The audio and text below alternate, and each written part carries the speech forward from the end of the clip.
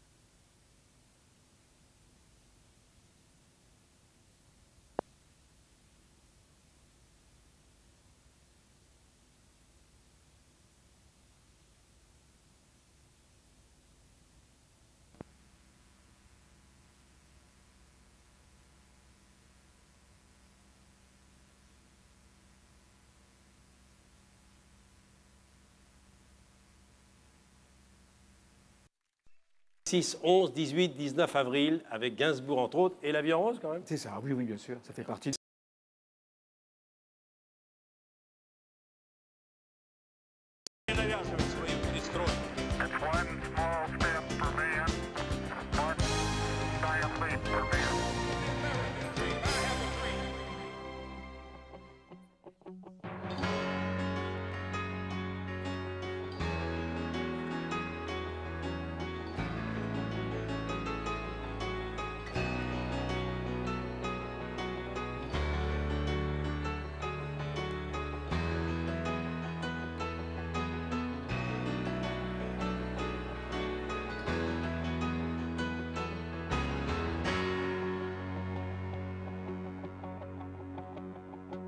Crue historique de la Seine, Paris est sous les eaux.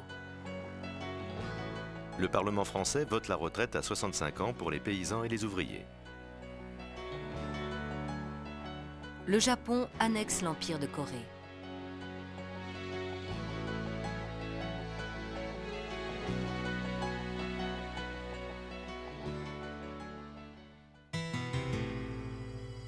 Mexique, 26 mai 1911. Dans les rues écrasées par la chaleur, le calme est trompeur. Depuis plus d'un an, le pays est plongé dans la guerre civile. Les révolutionnaires n'ont pas baissé les armes. Ils tentent de couper la route au dictateur en fuite, Porfirio Diaz, qui la veille a démissionné de la présidence de la République. Pendant plus de 30 ans, Diaz a exercé une véritable dictature sur le peuple mexicain. Il a su se rallier en développant l'économie du pays, les classes possédantes que l'armée protège. Mais l'immense majorité des Mexicains, expropriés de leurs terres et exploités, vivent dans la misère et la terreur de la répression. En juillet 1910, Diaz se fait réélire une nouvelle fois. Pour l'opposition qui exige l'adoption du suffrage universel, c'en est trop. Le pays bascule dans la violence. La population soutient largement le mouvement insurrectionnel lancé par le libéral Francisco Madero, défenseur des libertés démocratiques et partisan de profondes réformes sociales.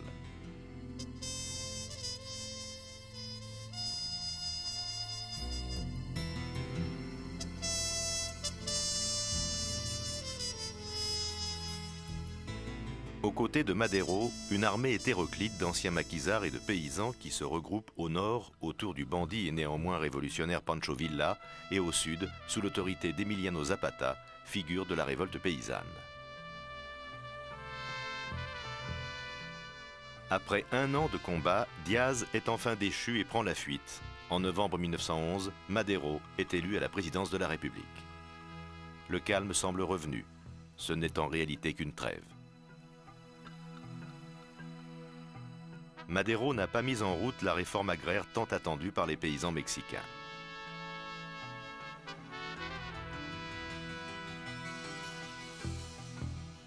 Déçus, ils reprennent les armes et exigent la restitution des terres détenues par les grands et riches propriétaires terriens. Ils tiennent le sud du pays et se lancent dans une guérilla contre les forces gouvernementales. À Mexico, le général Victoriano Huerta a pris le pouvoir et plonge à nouveau le pays dans la dictature. C'est Venustiano Carranza qui représente désormais pour les Mexicains le retour à l'ordre constitutionnel. Il obtient le soutien des chefs révolutionnaires. En juillet 1914, Mexico tombe. Venustiano Carranza prend le pouvoir, mais il se heurte bientôt aux zapatistes. La révolte mexicaine n'a pas fini de faire couler le sang. George V succède à son père Édouard VII sur le trône d'Angleterre. À Paris, c'est la stupeur. La Joconde, le célèbre tableau de Léonard de Vinci, a disparu. La République est proclamée au Portugal.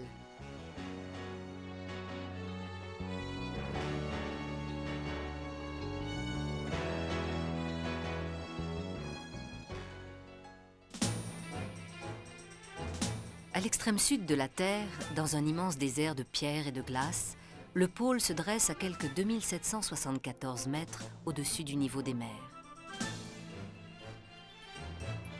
L'homme ne s'est encore jamais risqué dans cette région du monde.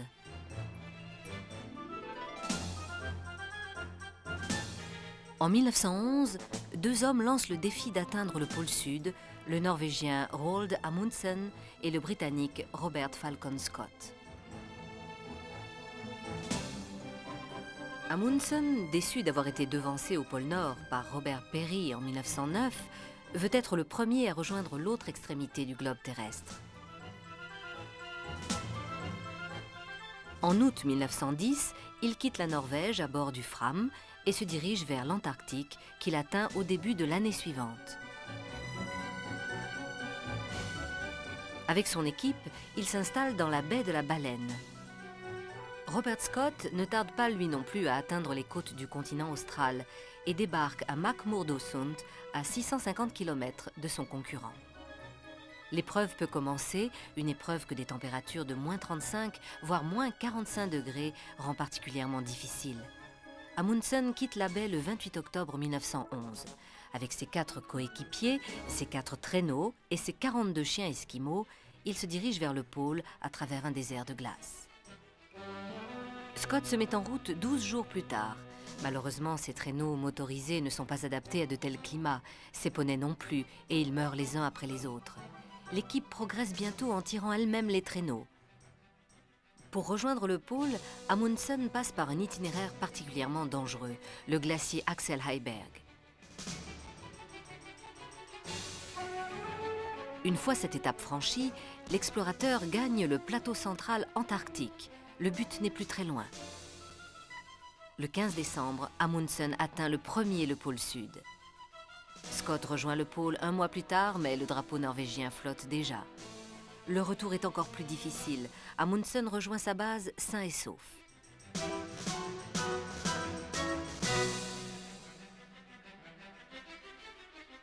Mais l'équipe de Scott, pris dans une terrible tempête de neige, ne survivra pas à l'expédition. Les 2 pôles ne sont plus désormais des terres inconnues.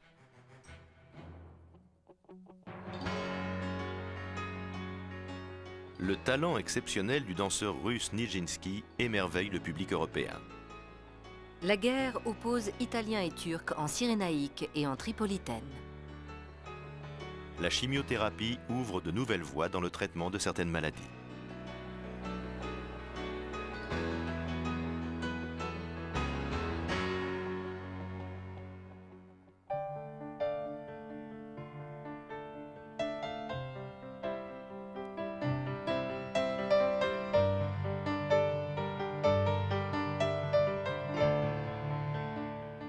En 1910, l'artiste russe Vassili Kandinsky peint à Munich l'une des premières œuvres délibérément abstraites de l'histoire de l'art. Très colorée et d'un graphisme nerveux, cette aquarelle illustre bien la volonté du peintre de se libérer du formalisme et d'émouvoir par la seule symbolique des formes et des couleurs. Le peintre expressionniste allemand August Macke rejoint le groupe de Blaureiter fondé par Kandinsky. Ces toiles lumineuses exaltent une couleur insoupçonnée jusque-là. Le russe Marc Chagall exprime lui aussi une très grande liberté à l'égard de la tradition figurative. Il élabore dans ses toiles un monde onirique où se mêlent les souvenirs d'une enfance passée en Russie dans une famille juive très religieuse. La Première Guerre mondiale représente pour beaucoup la fin d'un monde. L'Allemand Ernst Kirchner, dans son autoportrait d'un malade, exprime le désarroi psychologique d'une génération d'artistes traumatisés par le conflit le plus meurtrier de l'histoire de l'humanité.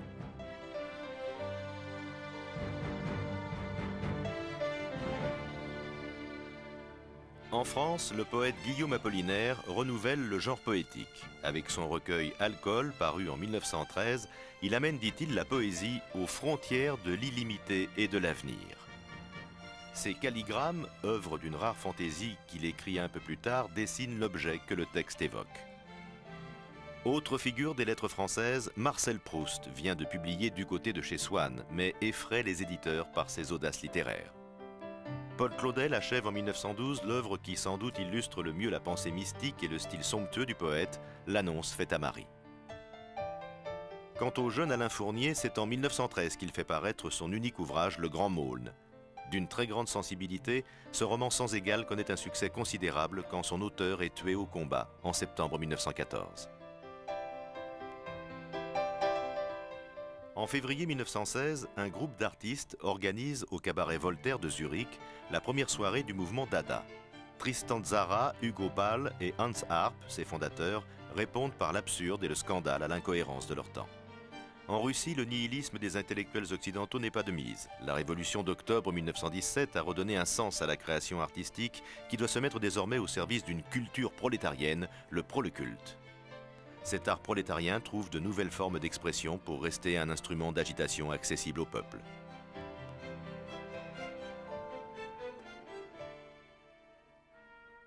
La musique est elle aussi le terrain de nouvelles expériences. Le Sacre du printemps d'Igor Stravinsky, présenté à Paris en 1913, fait scandale. Le public n'est guère habitué à une telle puissance et une telle nouveauté harmonique. En revanche, il fait un accueil unanime au nouvel opéra de Richard Strauss, Le Cavalier à la Rose.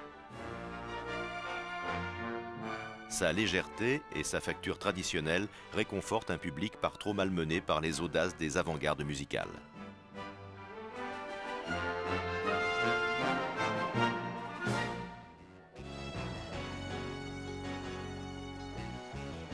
La première ligne de chemin de fer est inaugurée dans le sud-ouest africain. Le Maroc est placé sous protectorat français. Une forte houle gêne les concurrents de la régate Oxford-Cambridge.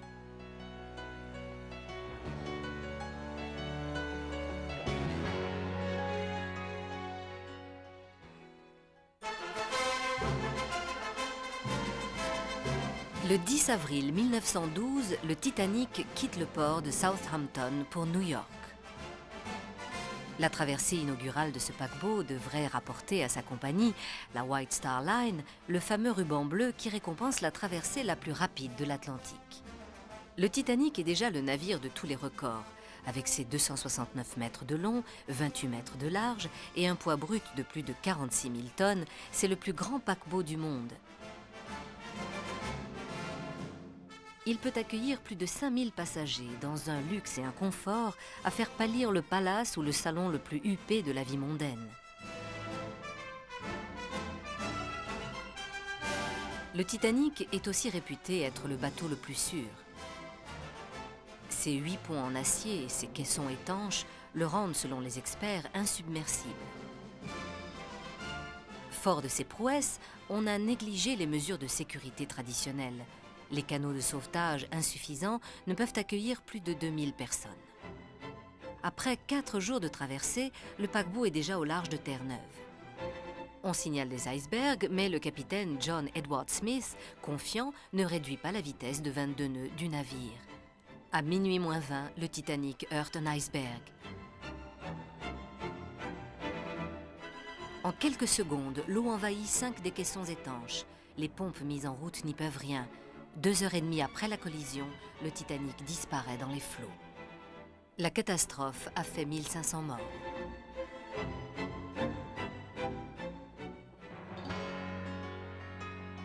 La saga de la bande à Bono se termine dans le sang. Son chef est abattu par la police. Le quotidien bolchevique La Pravda sort sa première édition. À Paris, la construction de la basilique du Sacré-Cœur est achevée.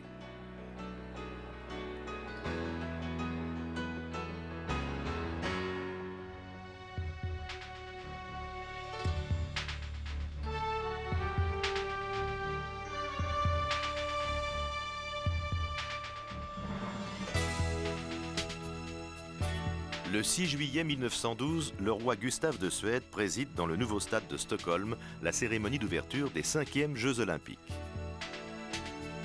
30 000 spectateurs assistent à ces Jeux qui réunissent les athlètes de 28 pays.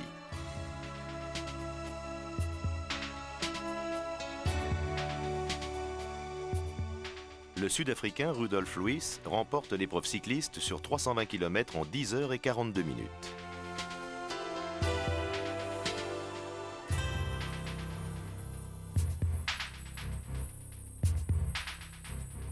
L'Américain Harry Babcock, menacé par son concurrent Marcus Wright, passe la barre des 3,95 m et gagne la médaille d'or en saut à la perche.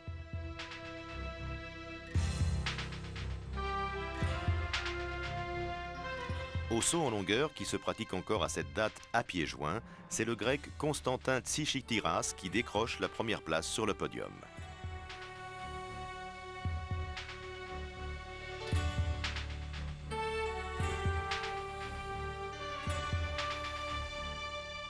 Avec 24 médailles d'or, la Suède qui accueille ces Jeux se taille la part du lion et devance les États-Unis comme la Grande-Bretagne. Les Marines débarquent au Nicaragua. Le président Díaz a sollicité l'intervention des États-Unis. La Ligue balkanique déclare la guerre à la Turquie. Le tsarevitch Alexei est atteint d'une hémophilie incurable.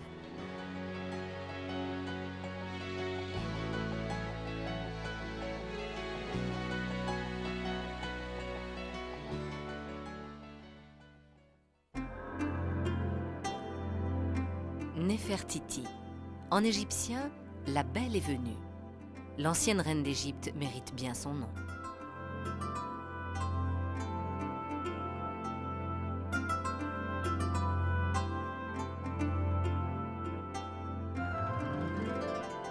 En décembre 1912, l'archéologue allemand Ludwig Borchardt découvre un buste de femme polychrome sur le site de Tel El Amarna. C'est celui de la reine Néfertiti, l'épouse du pharaon Aménophis IV Akhénaton, qui régna sur l'Égypte au XIVe siècle avant notre ère. C'est en fouillant dans ce qu'il reste d'un atelier de sculpteur que l'archéologue fait sa précieuse découverte. Le buste a sans doute servi de modèle pour d'autres portraits de Néfertiti. À peine marquée par les âges, cette sculpture frappe par sa grâce et sa pureté.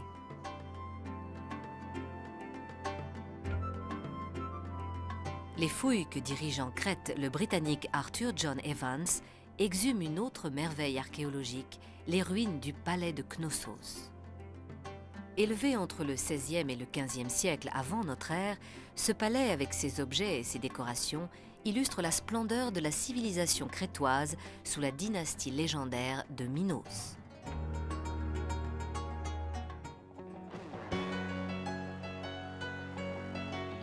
Le Premier ministre de l'Union sud-africaine présente sa démission. Cadillac lance son premier modèle de voiture équipé d'un démarreur électrique, le Roadster. Les premiers appareils ménagers électriques devraient libérer les femmes des tâches les plus ingrates. À New York, on inaugure la Central Station.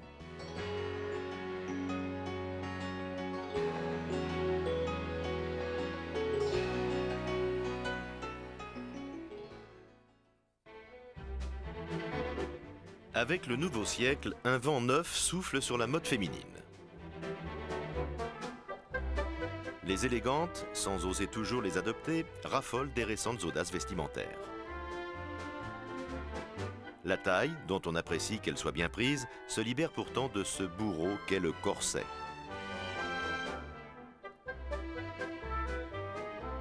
Cette révolution a un nom, Paul Poiret. Ce couturier parisien qui admire Isadora Duncan renouvelle le costume féminin en l'épurant de toutes ses dentelles et postiches d'antan. Après la jupe entravée qui donne à la démarche féminine une élégance inimitable, il invente la tenue qui doit définitivement libérer le beau sexe, la jupe culotte. Ce costume peut être trop en avance sur son temps, n'aura pas le succès escompté.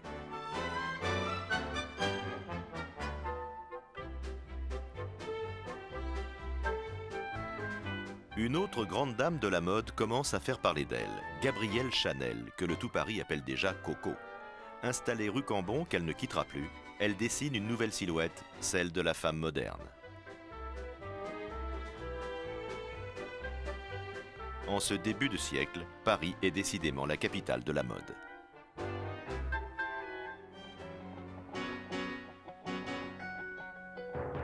Le physicien allemand Hans Geiger invente un appareil permettant de compter les particules radioactives. Roland Garros réussit la première traversée de la Méditerranée en avion. Le vaccin contre la diphtérie et le tétanos est désormais produit à l'échelle industrielle.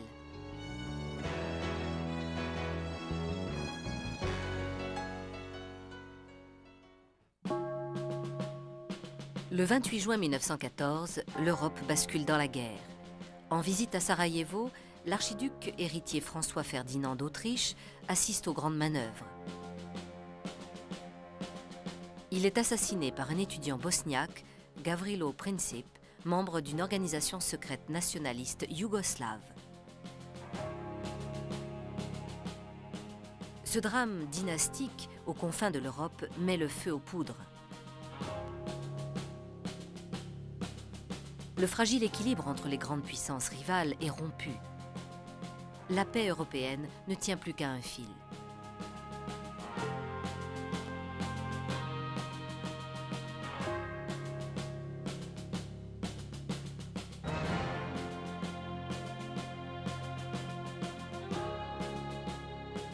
L'Autriche veut profiter de cet assassinat pour régler le compte de la Serbie, dont les visées expansionnistes menacent les intérêts de l'Empire dans les Balkans.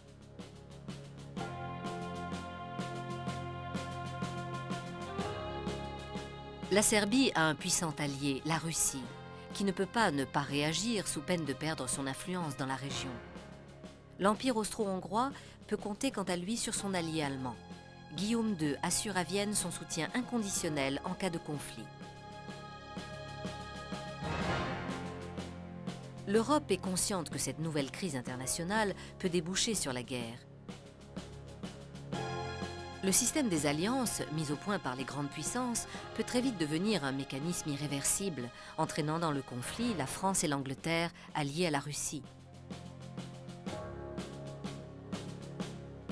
L'opinion est prête, que ce soit à Vienne ou à Paris.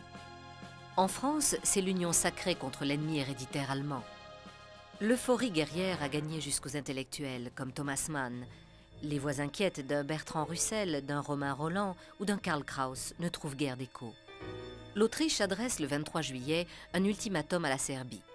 Belgrade l'accepte sous réserve que l'enquête sur les responsabilités de l'attentat se fasse sans l'appui des forces autrichiennes. On mobilise des deux côtés. Les tentatives de médiation anglaises échouent et le 28 juillet, l'Autriche déclare la guerre à la Serbie. La Russie et l'Allemagne mobilisent à leur tour. Le 1er août, Berlin déclare la guerre à la Russie et 2 jours plus tard, à la France.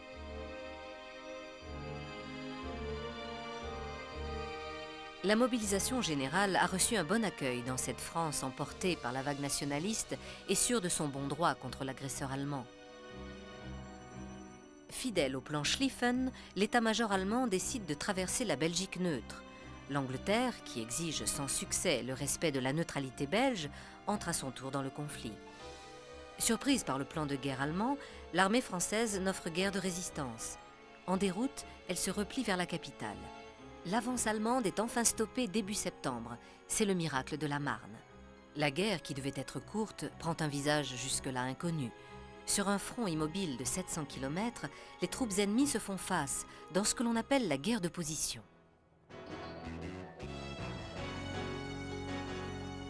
Le Tour de France est remporté par le Belge Philippe Thys. En France, le Parlement vote l'impôt sur le revenu. Le socialiste Jean Jaurès, farouche opposant à la guerre, est assassiné à Paris.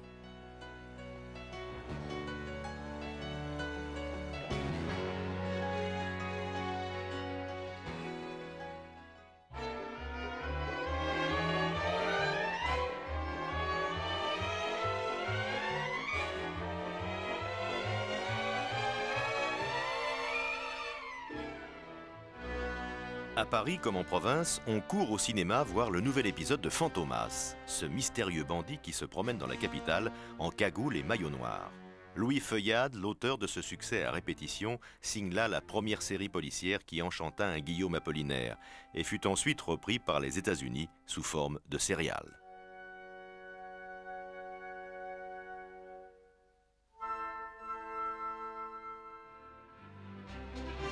En 1915, le réalisateur américain David Griffiths présente au public de Los Angeles une grande fresque historique de presque 3 heures, la naissance d'une nation. L'esprit raciste de l'œuvre fit scandale et le film fut interdit dans de nombreux pays. Et pourtant, la naissance d'une nation frappe par la perfection de son montage et la beauté comme l'intensité dramatique des scènes tournées en décor naturel.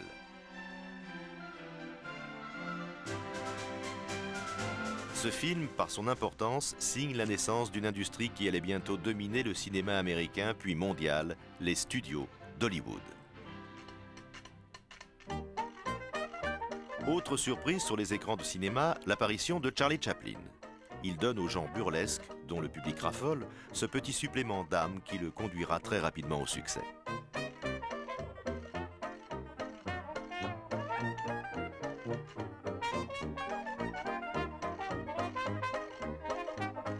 C'est durant ses années d'apprentissage qu'il adopte le personnage de Pantomime, célèbre désormais dans le monde entier.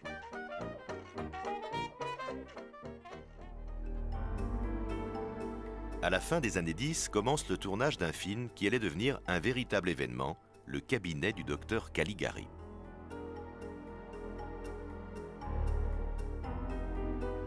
Réalisé par le cinéaste expressionniste allemand Robert Wiene, cette œuvre frappe le public par sa force expressive, ses tableaux hallucinants et son intrigue menée de main de maître.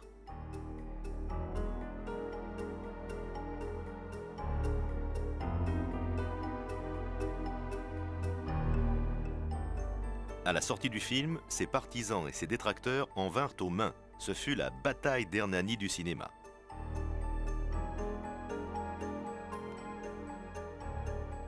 Cette œuvre inimitable reste l'un des grands événements du cinéma mondial.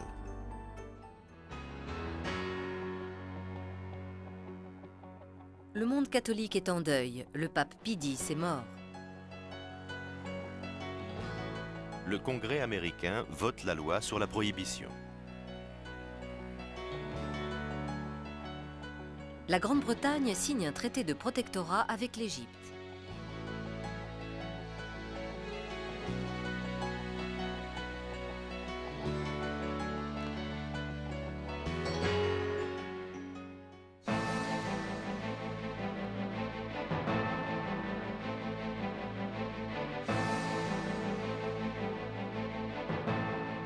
Le 20 novembre 1910, la Russie perd son grand conteur et romancier Léon Nikolaïevitch Tolstoï. Issu d'une famille de la vieille noblesse russe, il meurt seul à l'âge de 82 ans dans la petite gare d'Astapovo. Il laisse derrière lui une œuvre considérable, dont les deux grands romans qui connurent de son vivant un succès mondial, Guerre et paix et Anna Karénine.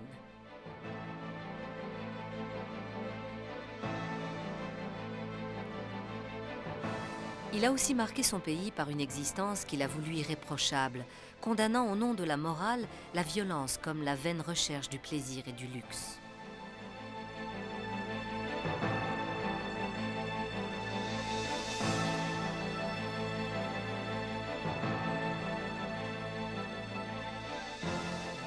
En février 1912, le dernier empereur de la dynastie mandchoue abdique. La Chine tourne ainsi la page d'une histoire presque aussi vieille qu'elle.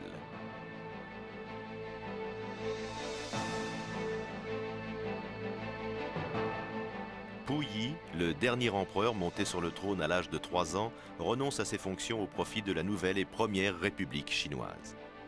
Une nouvelle ère commence pour ce pays que les révolutionnaires veulent moderniser et réunifier.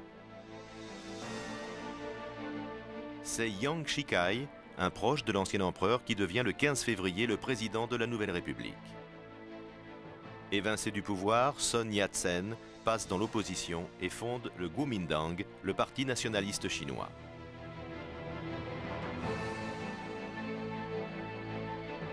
Au Japon, l'ère du Meiji prend fin. Avec la mort de l'empereur Mutsuhito, le 29 juillet 1912, s'achève ce que l'on a appelé le Meiji Tenno, le gouvernement éclairé. Mais les réformes de ce grand homme d'État lui survivront.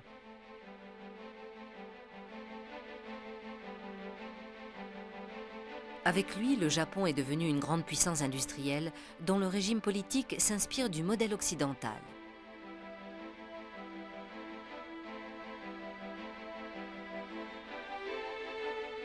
Le 15 août 1914, on se presse à l'inauguration d'une nouvelle merveille du monde, le canal de Panama.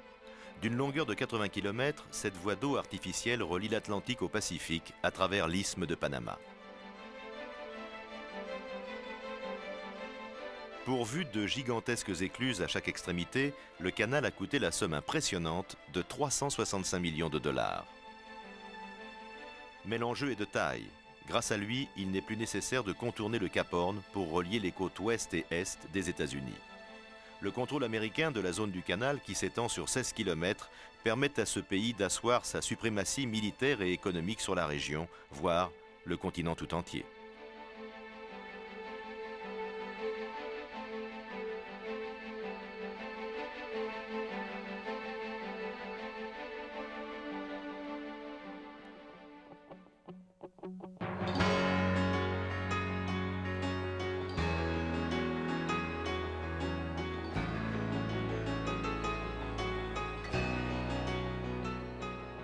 Un grave tremblement de terre fait 30 000 morts dans les Abruzzes en Italie.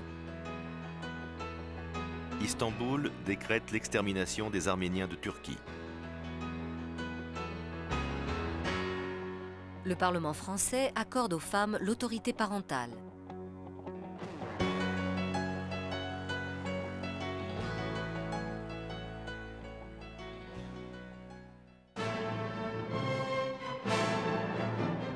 Le 21 février 1916, le jour n'est pas encore levé quand débute sous un feu roulant d'artillerie l'offensive surprise des Allemands contre Verdun, l'une des places fortes de la défense française.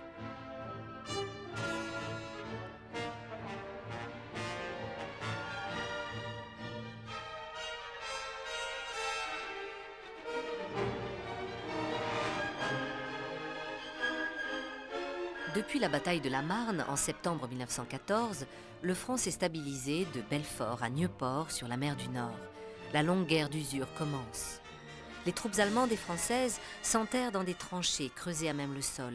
C'est là où les hommes vivent, sans aucune hygiène, toujours menacés par les grenades ou l'artillerie ennemie. Toute tentative de percée du front, très coûteuse en vie humaine, est vouée à l'échec.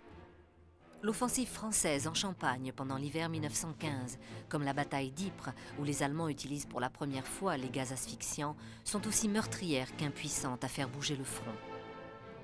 Avec l'attaque contre le saillant fortifié de Verdun, le chef d'état-major allemand, Falkenhayn, veut saigner à blanc l'armée française. Verdun ne peut tomber entre les mains de l'ennemi sans provoquer un effet désastreux sur l'opinion. Cerné des trois côtés par l'armée ennemie, le saillant fortifié de Verdun est une redoutable forteresse. Son système de défense, particulièrement élaboré, le rend pratiquement invincible. La bataille commence mal du côté français. Inférieurs en nombre, ceux que l'on appelle désormais les poilus sont vite submergés par l'assaut allemand.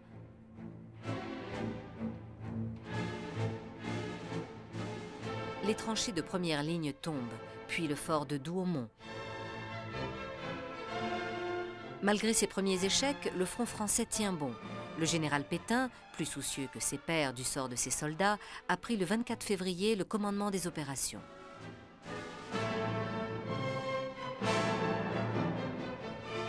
Il assure la relève et le ravitaillement du saillant de Verdun par la fameuse voie sacrée. Très vite, la bataille s'enlise, sans vainqueur et sans vaincu. Verdun est devenu un enfer. Combien de vies sacrifiées pour un mètre de terrain, une simple butte ou l'un de ces trous d'obus qui transforment cette terre autrefois généreuse en véritable paysage lunaire. Le bilan est si lourd, 1 million de victimes des deux côtés, et les résultats si maigres que le moral des populations est atteint.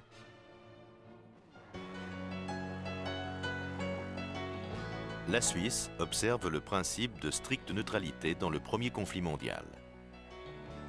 La France adopte l'heure d'été pour réaliser des économies d'énergie.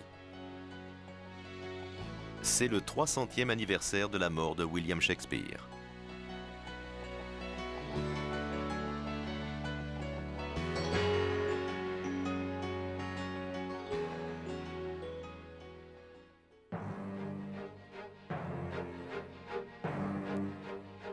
Dublin, Pâques 1916. L'un des chefs du mouvement de libération nationale, Patrick Pearse, proclame la République d'Irlande. L'insurrection armée des catholiques irlandais contre la domination séculaire de la Grande-Bretagne protestante n'a qu'un but, obtenir par la force l'indépendance que Londres lui refuse.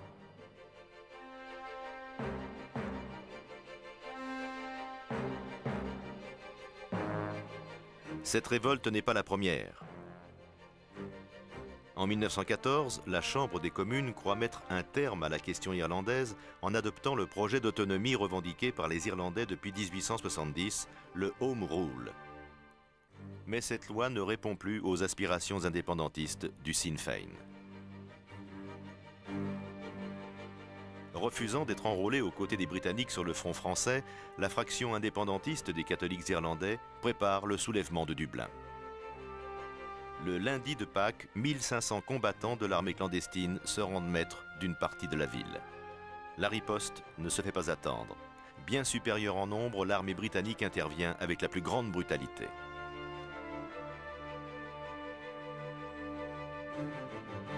Au bout de 6 jours, les derniers rebelles se rendent.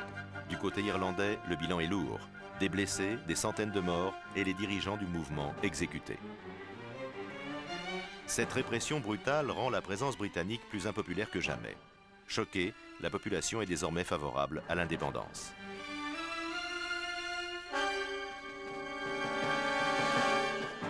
Elle ne supporte plus le joug militaire anglais. Après la Première Guerre mondiale, le conflit reprend. Les Britanniques, contraints de négocier, accordent à l'Irlande le statut d'État libre contre son renoncement à l'Ulster, la province du Nord à majorité anglo-protestante.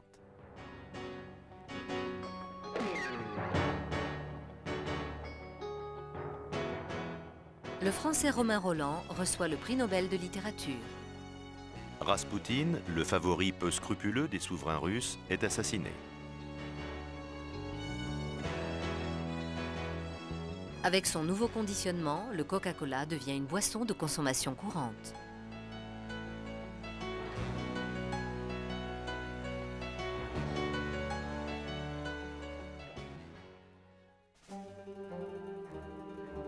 Le 8 mars 1917, soit le 23 février dans le calendrier russe, de nombreuses femmes manifestent spontanément dans les rues de Pétrograd pour dénoncer la faim et la misère du peuple russe.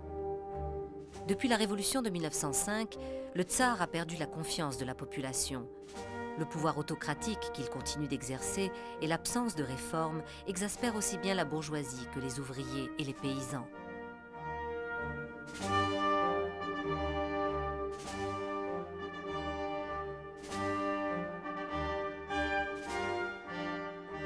La guerre accentue les tensions et fragilise un peu plus le régime impérial.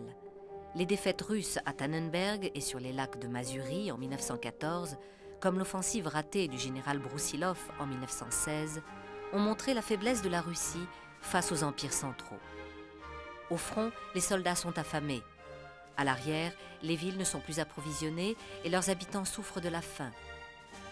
Dans cette désorganisation générale, devant laquelle le tsar se montre impuissant, l'instauration du rationnement à Pétrograd met le feu aux poudres.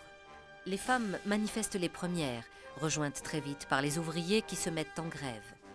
Les manifestants réclament d'abord du pain, puis la démission du tsar et la fin de la guerre. Nicolas II, inflexible, ordonne à ses soldats de tirer sur la foule. Il exige ensuite la dissolution de la Douma. Les députés protestent.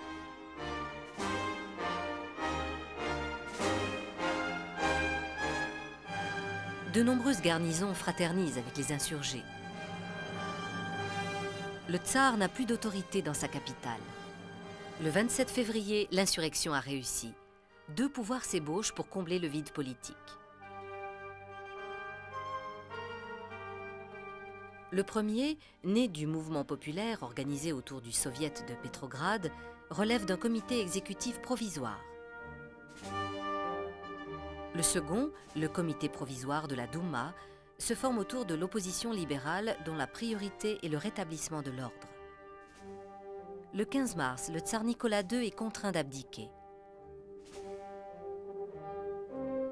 C'est la fin des Romanov et d'un millénaire de régime monarchique. Le comité de la Douma se transforme en gouvernement provisoire de la République avec à sa tête le prince Lvov. Ce double pouvoir entre le gouvernement provisoire et le soviet de Pétrograd fonctionne mal. Le peuple de la capitale tient pour seule légitime l'autorité de ce soviet formé de socialistes révolutionnaires, de mencheviks et de quelques bolcheviks jusque-là minoritaires.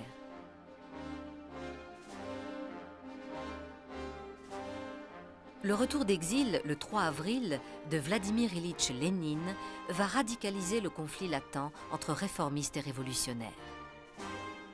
Ces thèses d'avril, publiées le 4 et adoptées par le parti bolchevique, appellent au retrait immédiat de la guerre et à l'instauration d'une république des soviets ouvriers et paysans.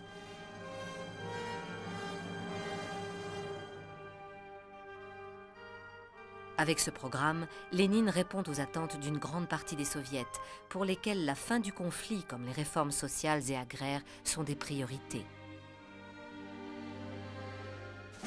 Les mois passant, les bolcheviks apparaissent bientôt comme les vrais défenseurs de la révolution. Léon Trotsky, un proche de Lénine, prend la tête du soviet de Petrograd. C'est lui qui prépare soigneusement l'insurrection prévue pour le 24 octobre.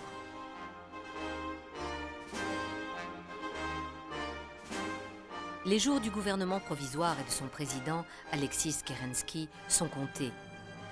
Les insurgés sont prêts. Ils ont avec eux une partie de la garnison, la flotte de la Baltique et la garde rouge en voie de constitution.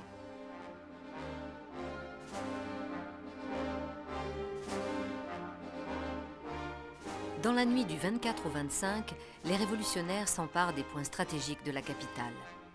Le 25, ils prennent le palais d'hiver. Les membres du gouvernement sont arrêtés.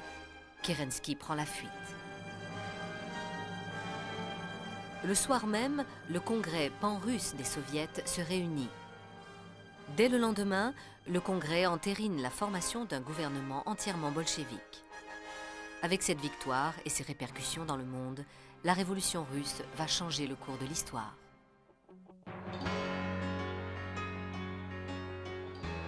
Le général Pétain prend le commandement en chef des armées.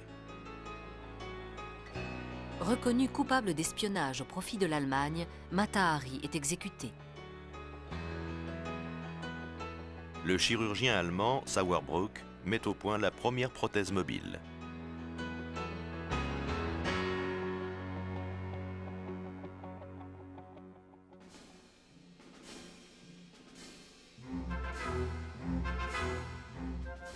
Le 6 avril 1917, le président américain Woodrow Wilson annonce l'entrée en guerre des États-Unis contre l'Allemagne. L'abandon de la neutralité américaine est un événement qui devait changer le cours de la guerre, jusque-là favorable aux empires centraux.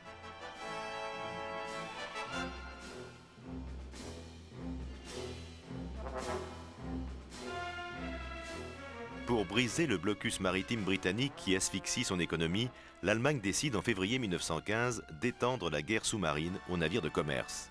Sans avertissement et en rupture avec le droit maritime international, les Allemands torpillent tous les navires, condamnant les équipages et les civils à bord.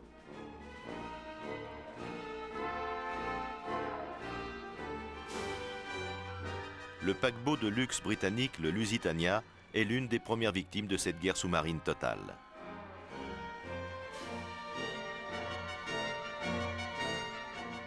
Parti de New York, il fait route vers Liverpool avec à son bord près de 2000 civils et de nombreux enfants.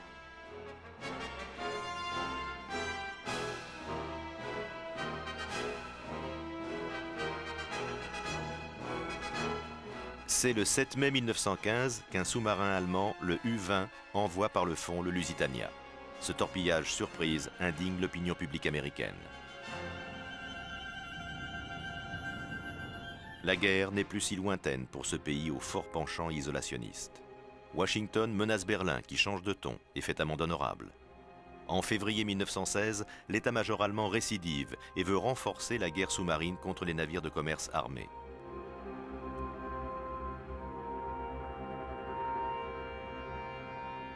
L'amiral von Tirpitz, à la tête de la marine allemande, a le plus grand mal à convaincre l'empereur et son chancelier Bethmann Hollweg, très inquiet de la réaction américaine et de son éventuelle entrée dans le conflit.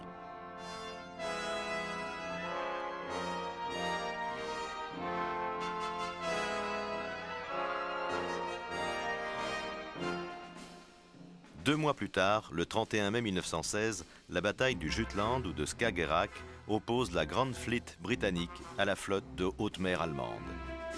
Avec des pertes légèrement inférieures à celles de son adversaire, la flotte allemande doit battre en retraite. Les Anglais, restés maîtres de la mer du Nord, accentuent le blocus économique contre l'Allemagne. Le 9 janvier, l'empereur Guillaume II se rallie aux positions de son état-major et annonce la guerre sous-marine à outrance.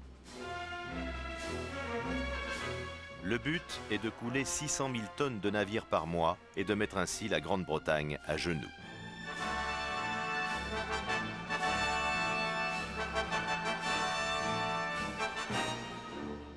En riposte, Washington rompt ses relations diplomatiques avec Berlin. L'Allemagne refuse d'obtempérer. Le 24 février, nouveau coup de théâtre. Les États-Unis prennent connaissance de la dépêche Zimmermann dans laquelle l'Allemagne incite le Mexique à leur déclarer la guerre. C'en est trop.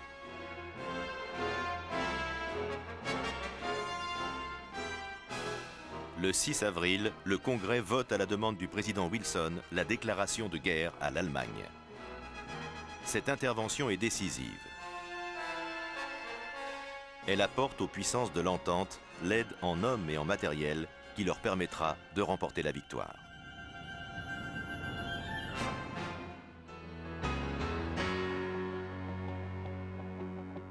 Le Britannique Arthur James Balfour propose la création d'un foyer national juif en Palestine.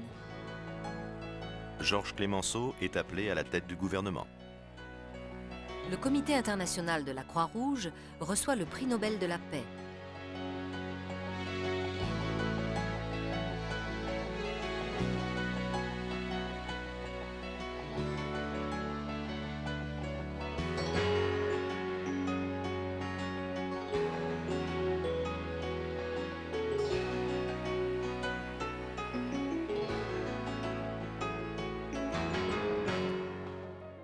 À Paris, passé la panique de 1914, qui a quasiment vidé ses rues, la vie a repris. Loin des horreurs du front, dont on reçoit quelques nouvelles dûment censurées, on se reprend à goûter aux joies et aux plaisirs de la vie parisienne.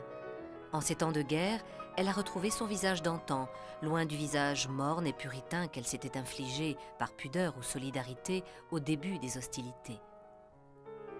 Les hommes sont au front, les femmes à l'arrière ont pris de nouvelles responsabilités.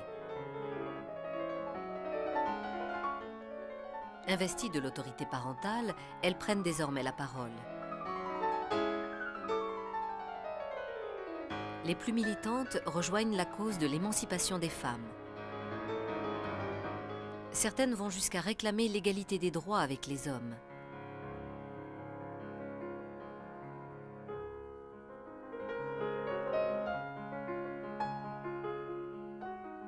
D'autres partagent d'égal à égal les plaisirs de l'arrière ou, comme Colette, annoncent la femme émancipée de l'après-guerre. Elles ont définitivement abandonné le corset et découvrent les vertus du sport. La devise de la société hygiéniste, un esprit sain dans un corps sain, est aussi faite pour elles.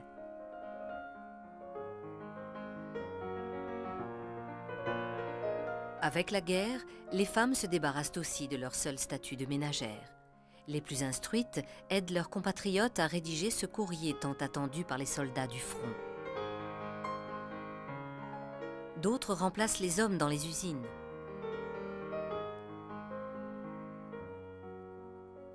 Dans cette nouvelle économie de guerre, l'industrie d'armement tourne à plein. Rien n'effraie ces femmes que la guerre a mises au travail. Elles prennent place au volant des bus. À la poste, les travaux les plus durs ne leur font pas peur.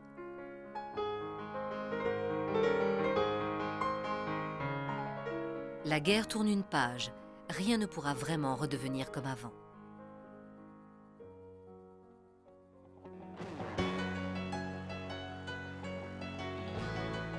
Le pétrole du Texas fait de l'ombre à la production de charbon. À Prague, l'indépendance du nouvel État tchécoslovaque est proclamée. L'aviation fait ses premières acrobaties aériennes.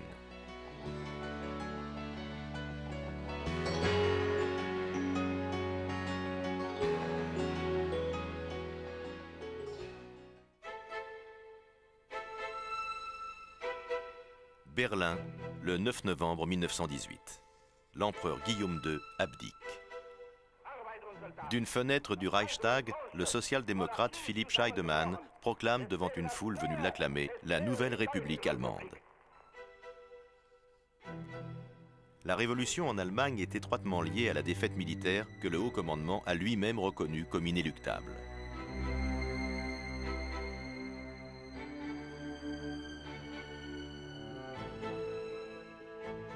Le 3 octobre 1918, le chancelier du nouveau gouvernement, le prince Max de Bade, propose au président Wilson la signature d'un armistice sur la base des 14 points.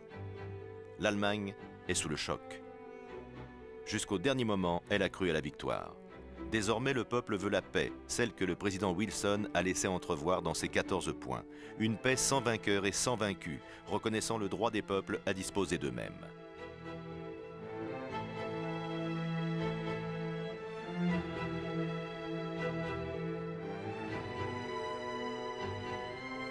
Le 28 octobre 1918, les marins de Wilhelmshaven refusent de livrer un dernier combat contre la flotte anglaise. Cette première mutinerie est suivie par celle des marins de Kiel, solidaires de leurs compagnons. L'armée et la police neutralisées, soldats et ouvriers révolutionnaires deviennent les maîtres de la ville portuaire. Le mouvement révolutionnaire s'étend comme une traînée de poudre. Il gagne rapidement les villes de Hambourg et de Brême, s'enfonce bientôt à l'intérieur du pays où des conseils de soldats et d'ouvriers élus prennent le pouvoir. Le 9 novembre, Berlin est atteint par la vague révolutionnaire. La ville n'est plus qu'un immense cortège de manifestants auquel se rallie la garnison. La monarchie des Hohenzollern s'effondre. Friedrich Ebert, président du Parti social-démocrate, prend la tête du nouveau gouvernement, le Conseil des députés du peuple. Dès le 11 novembre, l'armistice est signé à Compiègne.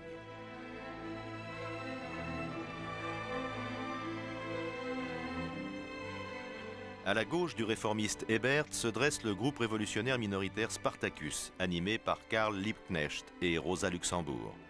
Fortement inspirés par l'exemple soviétique, ils veulent radicaliser le mouvement révolutionnaire en s'appuyant sur les conseils d'ouvriers et de soldats. La paix signée, Ebert annonce le 29 novembre au peuple allemand la tenue d'élections libres en janvier 1919 pour élire la nouvelle assemblée constituante. À Berlin, les spartakistes, qui souhaitent établir en Allemagne un régime communiste et non une démocratie parlementaire, tentent un coup de force. Mais l'insurrection est écrasée en janvier 1919. Rosa Luxemburg et Karl Liebknecht sont assassinés. C'est dans une atmosphère encore lourde que se réunit à Weimar, ville symbole d'une Allemagne libérale et humaniste, la nouvelle assemblée où domine une coalition de centre-gauche. Née dans la violence, la jeune république de Weimar, fragile, n'est pas au bout de ses peines. En Allemagne, les femmes obtiennent le droit de vote. La journée de travail de 8 heures est appliquée dans presque tous les États industriels. L'Organisation internationale, la Société des Nations, est créée. Son but, maintenir la paix et développer la coopération entre les peuples.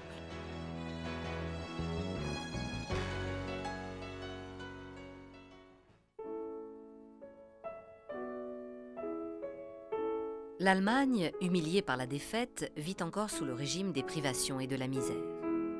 C'est en ces temps difficiles que l'architecte et urbaniste allemand Walter Gropius prend la direction de l'Académie des Beaux-Arts et de l'École des Arts décoratifs à Weimar.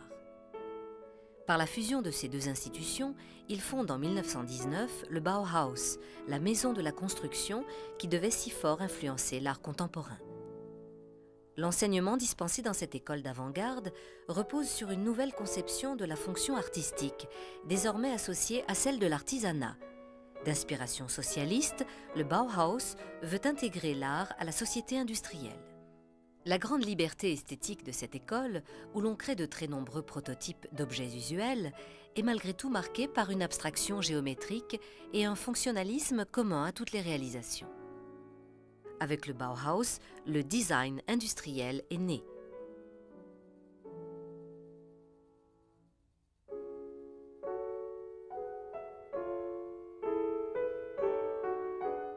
Gropius inaugure aussi en architecture les constructions en verre et acier, la structure apparente, qui vont contribuer au succès de ce que l'on a appelé le style international. Dans cette école, dont le rayonnement devient vite international, passeront successivement des peintres comme Lionel Feininger, Oskar Schlemmer, Paul Klee, Vassili Kandinsky, et des sculpteurs comme Gerhard Marx ou des architectes comme Ludwig Mies van der Rohe.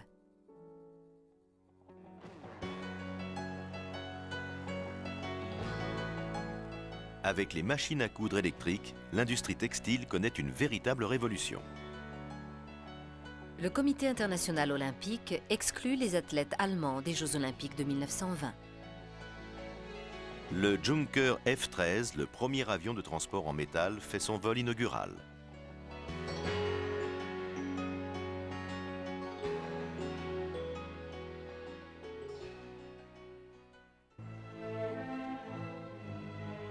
Le 28 juin 1919, les belligérants du premier conflit mondial signent le traité de Versailles. Dans la galerie des glaces du château, l'Allemagne vaincue accepte les dures conditions du traité.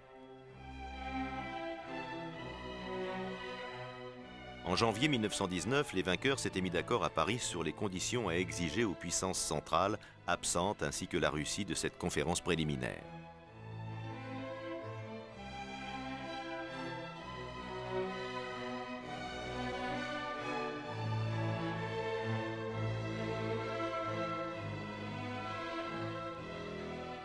Le traité de Versailles signe la naissance d'un nouvel ordre européen. Il annule le traité de Brest-Litovsk, signé le 3 mars 1918 entre la Russie et les empires centraux, l'Allemagne et l'Autriche.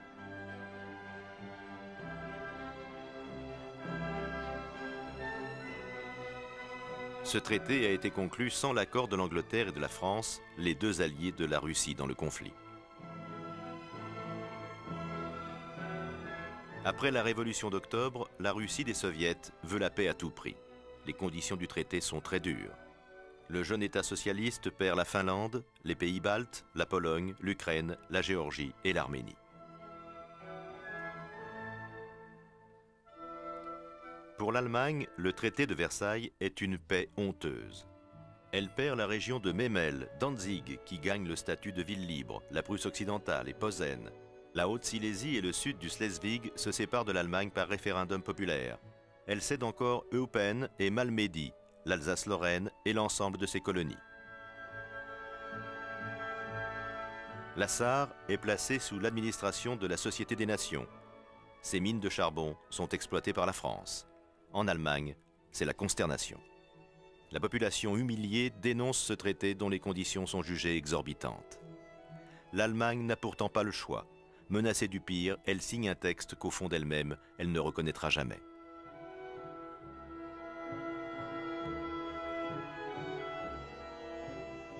Ce traité pèsera lourd dans l'histoire de la jeune République de Weimar.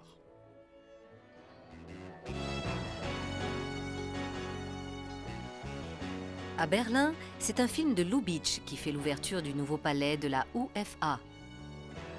Le physicien anglais Ernest Rutherford réussit la première transmutation artificielle de l'atome. À Londres, le boxeur français Georges Carpentier défend son titre de champion d'Europe face à Joe Beckett.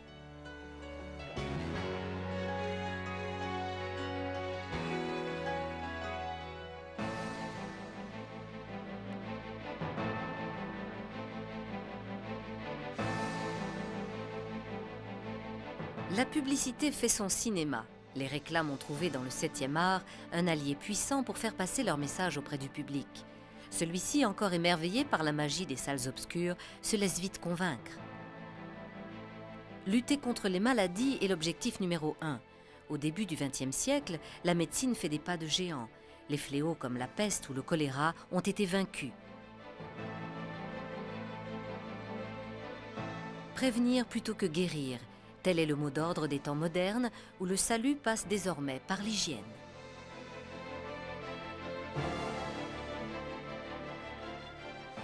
Faire de la réclame, c'est tout un art souvent populaire qui amuse les grands comme les moins grands. Comment ne pas fredonner cet air de la mère Michel dont les paroles sont mieux connues que celles de l'hymne national ?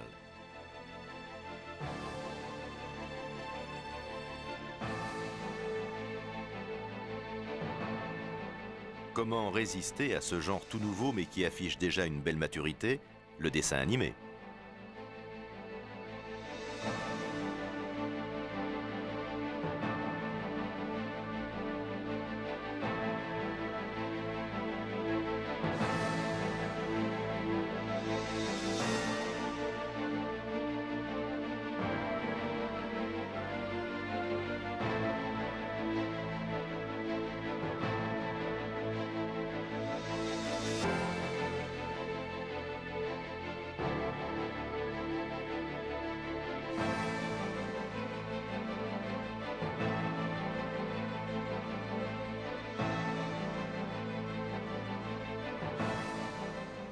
Avec le 7e art, les pâtes Lustucru entrent dans la légende. Qui ne sait pas qu'elles sont faites avec des œufs frais?